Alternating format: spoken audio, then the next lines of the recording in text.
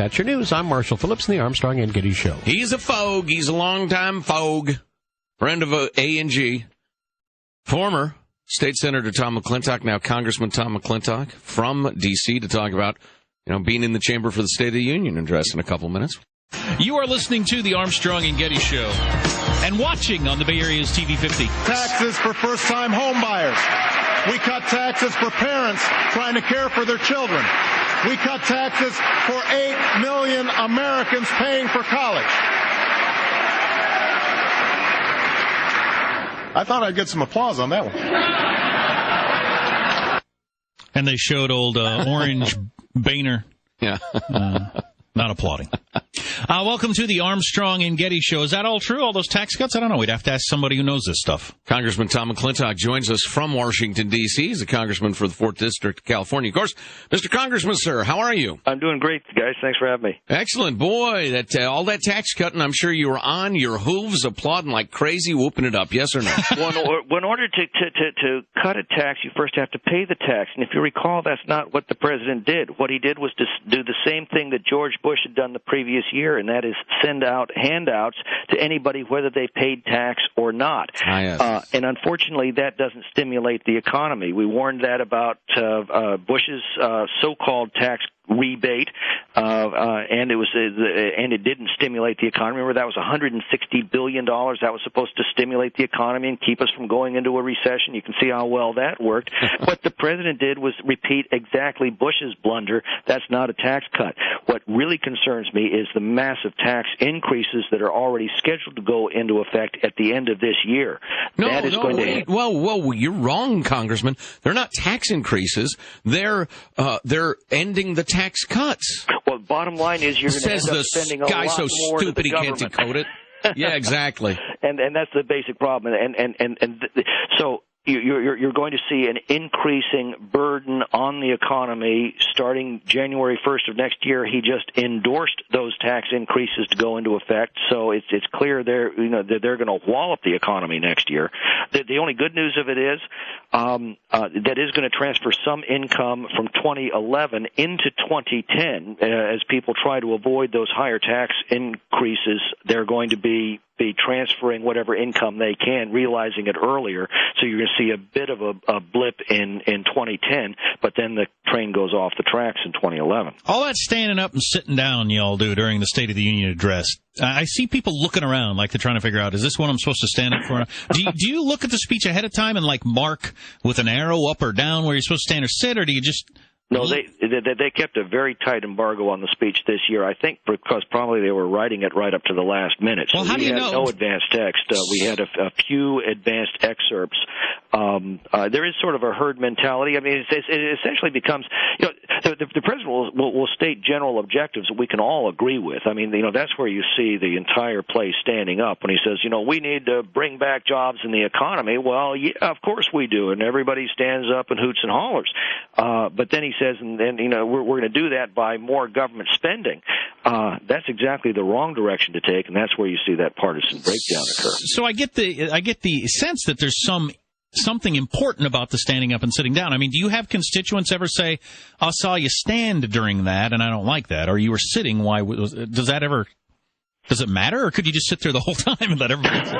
That's what I'd do. Well, don't forget, there is a great deal of respect that's owed to the office and to the Constitution from which that office stems. I mean, that is the office held by George Washington and Thomas Jefferson, Jimmy Carter.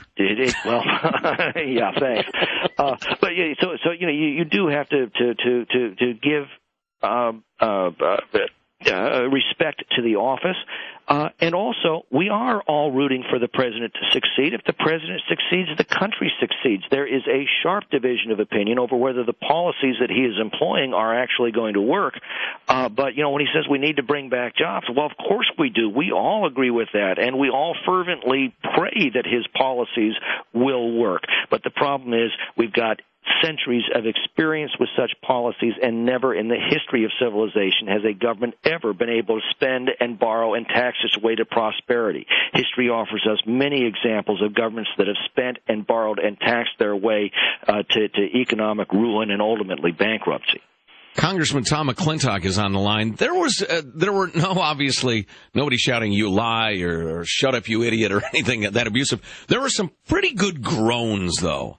As I recall, was it the line about need to get lobbyists out of government or something? I can't remember. Oh, no. It was on global warming. Those of you who still don't believe the overwhelming evidence of global warming, well, I mean that is the idea of man-made global warming has been so thoroughly, completely debunked this year.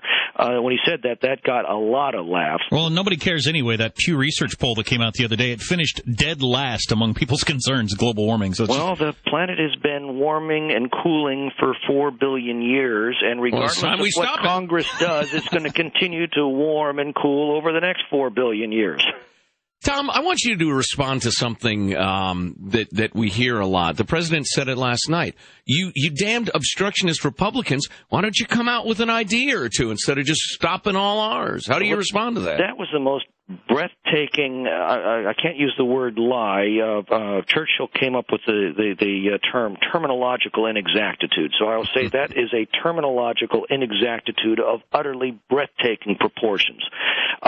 We have laid out all of our policy proposals to the president to revive the economy by reducing the burdens that have been placed on that economy, by restoring competition to health care, by giving people freedom to shop across state lines, bringing our malpractice lawsuits under control, a wide range of reforms, and our leadership has been there at the White House constantly bringing these to his attention.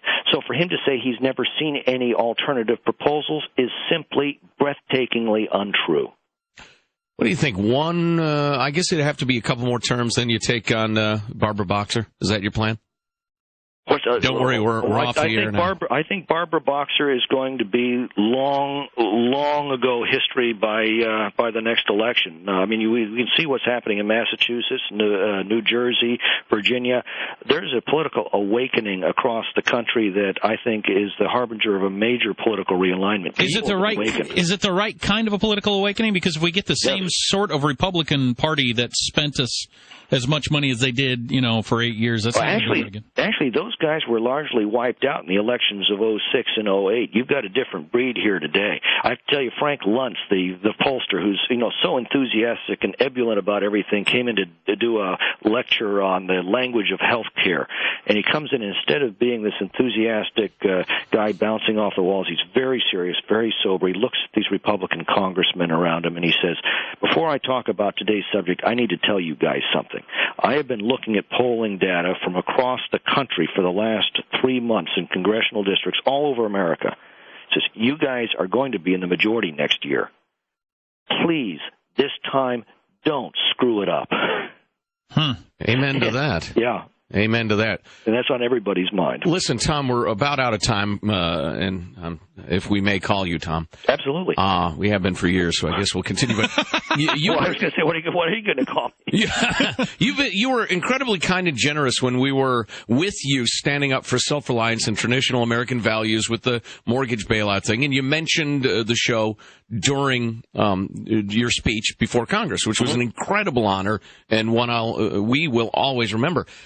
If you, next year, are able to shout out Armstrong and Getty during the State of the Union, we will pledge ourselves to prostituting ourselves for you for the rest of our natural lives and the lives of all our listeners. Just keep those postcards coming. I've gotten more feedback from delivering those postcards to the Congress than anything else I've done in this first year. Oh, that's great. Yeah, we appreciate that. A final thought. You have always told us that if things get crazy enough, people wake up and pay attention and democracy works. And we've always been too pessimistic to believe it. I'm starting to believe it. Oh, look around the country; it's everywhere, and you're seeing it not only in the polling results, but now you're seeing it at in the results at the polls. Congressman Tom McClintock, stick to your guns, Tom. Well, thank you guys very much. All right, we'll talk to you soon. But it is going to take a new breed of people. You just can't go back to the phony, baloney, fake Republicans of, X number of years ago. Well, you're right. Fake fiscal conservatives, anyway. Right. Stay with us. You are listening to the Armstrong and Getty Show.